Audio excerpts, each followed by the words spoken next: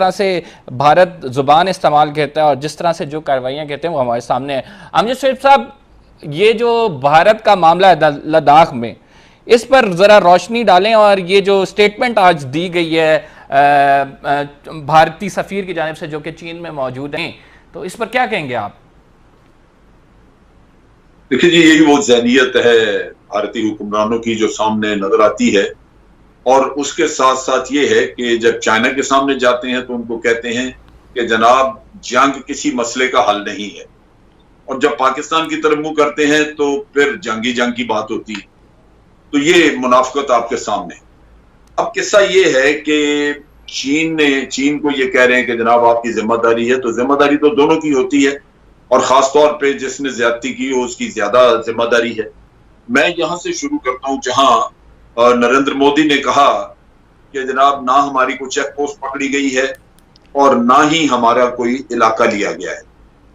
अब मैं इसकी रोशनी में चाइना का भी अगर देखूं उनका स्टांस, तो वो बिल्कुल वादे है कि चाइना ये कहता है कि हम तो अपनी जगह पे बैठे हुए हैं।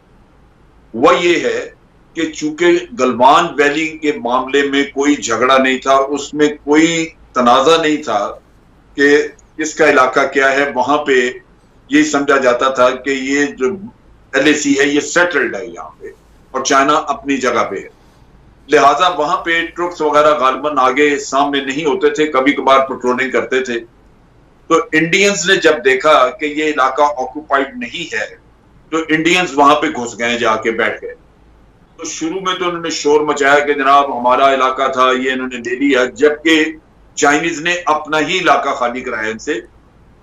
और वो अब हकीकत मोदी साहब के मुंह से निकली जब उन्होंने तस्लीम किया, वरना तो पहले वो वावेला करते रहे कि जनाब चाइनीज आ गए इधर और ये करें वो करें। तो अब उन्होंने तस्लीम किया। तो हकीकत यही है कि भारत ने चाइना के इलाके में कब्जा करने की कोशिश की। और ये अगर आप नक्शा देखें या वो जगह देखें, तो जहां चाइना आके बैठा है हकीकतन वही LAC लगती है। उसकी अलाइनमेंट अगर आप देखें तो श्योक रिवर के सामने जाती है लाइन। मैं समझ ही नहीं सकता कि चाइना ने कभी ऐसी LAC कबूल की होगी जहां वो बुलंदियां, हाइट्स जो डोमिनेट करती हैं, जो वादी के अंदर रास्ता देती हैं, वो उसने भारत को पकड़ा दी और उसने जाके खुद पीछे बैठ गया हो, तो वो अकल मानती नहीं। वो लाजमी बात है कि जहां श्योक रिवर और ये गलवान रिवर आके दोनों दरिया मिलते हैं, इनके कन्फ्लुएंस है जहां पे, वही जगह बनती है जहां से मैं समझता हूँ कि LAC गुजरती है। ये बड़ा नेचुरल सा एक हमें वहां पे नजर आता है नक्शे के ऊपर। तो ये भारत ने की जाती। अब जब वो यूं कहते हैं कि जी आप ताल्लुकात ठीक करें, क्योंकि इन्होंने बहुत रऊनियत, फिरौनियत और बड़ी एरोगेंस का मुजाहरा किया। जब चाइना एहतजाज कर रहा था कि आपने यूनिलैटरली स्टेटस बदल दिया है इसका, लद्दाख का, उसको यूनियन टेरिटरी बना दिया, तो इन्होंने उनको लिफ्ट नहीं कराई, इन्होंने बात ही नहीं की चाइनीज। तो अब आपको पहले अपने आप को, चाइना ये मुतालबा करता है कि पहले आप अपने मुल्क में अपना नेशनलिज्म जो है वो नॉर्मल करें। हर कोई चाइना को गालियां निकाल रहा है। और दूसरी तरफ ये है कि आप पहले उस चीज को इंप्लीमेंट करें जो दोनों कोर कमांडरों के दरमियान बैठ के तय पाई। भारत ये नहीं कर रहा। दूसरी तरफ ये है कि भारत ने अपने तौर पे अपने टैंक, गन्स, हवाई जहाज ये सब आगे ले आए हैं, लेकिन चीन से मुतालबा कर रहे हैं कि आप पीछे ले जाएं। तो ये भी इनको बैठ के तय करना होगा, अगर पीछे लेके जाने हैं तो वो दोनों को पीछे करने होंगे, सिर्फ एक तरफ का मुतालबा नहीं हो सकता। लिहाजा इनको अब अपने मकाम पे आके तो उनसे बातचीत करनी चाहिए, उससे फिर ताल्लुकात नॉर्मल हो जाएंगे।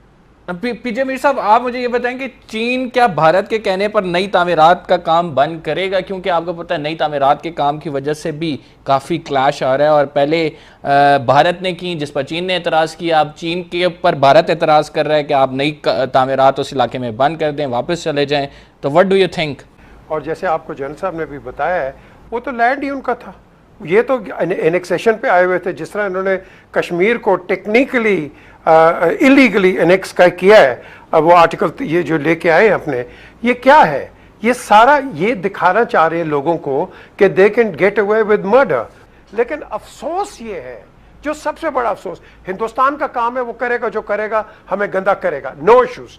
बट हमारे अंदर जो लोग आज बैठे हैं और हमारी आर्मी को और फौज को जो गंदा कर रहे हैं, मैं समझ रहा हूं ऐसे लोगों को, मैं समझता हूं they should be put behind bars.